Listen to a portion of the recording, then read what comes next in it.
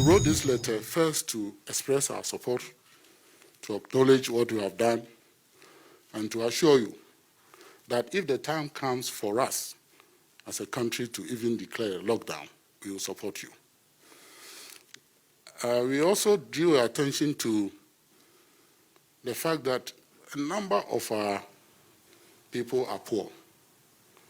And so the measures that we have put in place, including the wearing of nose masks, sanitizers, and so on, quite a number of our people cannot afford. Therefore, we were urging government to, if possible, provide this free of charge to everybody who cannot afford, or subsidize it so that everybody can have access. So those are the two important issues that we raised in the letter. But we have followed the news after that. Some are even saying we are blaming President for the spread of the virus. That was not the intention at all. We wrote to express our support and to assure you that we will be with you, and we also pray for you. We wish that God gives you the courage, the wisdom, and the good health to lead us out of this crisis. We know that we will not remain this forever, and we are sure that you will also can count on us as workers, leaders, and of course, we need to engage the social partners, because if the time comes for us to lock down, what it means is that employers will have a role to play, workers will have roles to play as individual workers, and trade unions also will have a role to play. And the government is already playing a fantastic role. That role will have to change. So that was the essence of our letter, and we thank you for inviting us to hear us. We are hoping that if the ministers are around, we can also go back to our people who are waiting for us and have something concrete to tell them. Thank you very much, Your Excellency. Thank you, Honorable Ministers. Thank you, colleagues. First of all, let me welcome all of you to the seat of government in our country, to Jubilee House, and to say how much I welcome this meeting. I'd hoped that we would have the meeting on Tuesday. When I got your letter on Monday, I asked for us to have an immediate meeting because I thought the issues you were raising were serious, as they should be, and therefore it needed for us to engage immediately. Unfortunately, it couldn't be possible. I think all your people were not around on Tuesday. Yesterday was a day of Prez, so I tried to, as much as possible, limit my engagements, and that's why we've had to meet today. But it's still not late. Really, I appreciate very much the expression of support that you put both on paper. I've re-echoed this morning, and I've heard in the newspapers the support that you have given to the measures that we have taken so far. All of these measures have one aim: as much as possible to limit the spread of this disease within our community, find a way of containing it, and hopefully suppressing it so that we can get on with the normal social and economic life of our country. We are under constant review. We're looking at measures that we have taken and constantly reviewing them to make sure that we're abreast of the issue and can provide an effective antidote. And for instance, it's clear that the measure we took to close our borders, ban international travel, and in the immediate aftermath of that banning, everybody who came to Ghana had to be subjected to mandatory quarantine as well as testing. At the time, there were a lot of comments, many of them unhelpful.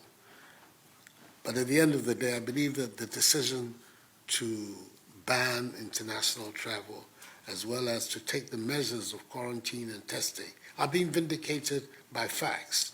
It turns out that the overwhelming number of cases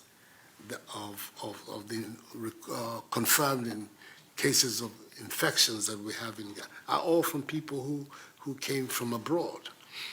And of those who came and have been quarantined, an extreme number, some over 50 odd, have been found to be carrying the virus. So focusing on the importation of the virus and the infection has proved to be absolutely spot on. And we are now seeing the benefit of these measures. But we can never stop there. We have to constantly look at whatever additional measures are there that will put us in a strong place to deal with this pandemic, this menace. And that is what we're constantly doing. So I took your letter in that spirit, that we recognize the efficacy of some of the measures that have already been laid out, and now we're looking for additional measures to make sure that we could contain this virus and ultimately suppress it. So I want to assure you, it didn't come to me as some sort of criticism or undermining or of the position of government. That is not the way I took it in any event. I saw it as a very helpful expression of support. Whatever we do, people are talking now in Ghana about a lockdown, this and that.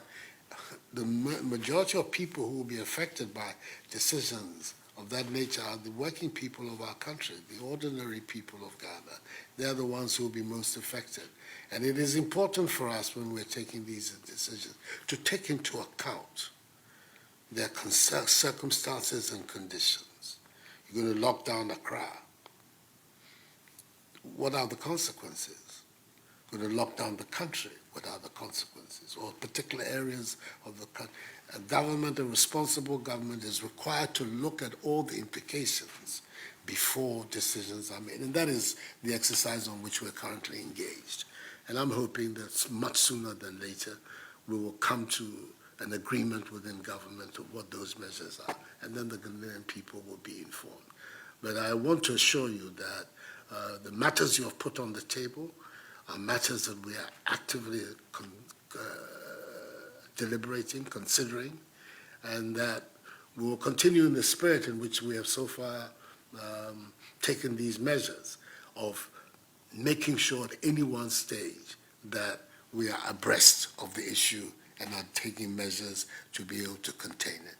I've indicated to the country the various main objectives of our policy and of our response. Limiting the importation. We've taken some important steps towards that objective. Trying to contain the spread of the virus. Making provisions, strengthening our capacity to care for those who are sick. Limiting as much as possible the impact on our social and economic life of the incidence of the pandemic. And then also trying to find a way to use this crisis as an opportunity to strengthen our nation.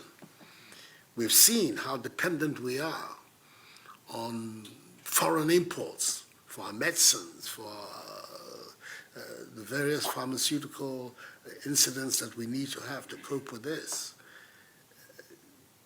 That shouldn't be the case. But that is the reality after so many years of, if you like, neglect. We're finding our capacity to produce things for ourselves in this crisis severely limited. What do we do? How do we overcome this limitation? It should be one of the objectives of policy at this stage, that we find a way to strengthen our domestic capacity across the board and move into a greater stage of self-reliance. These are the key parameters that are governing government response to this crisis. And it's important that we have this opportunity to exchange views and agree on some steps.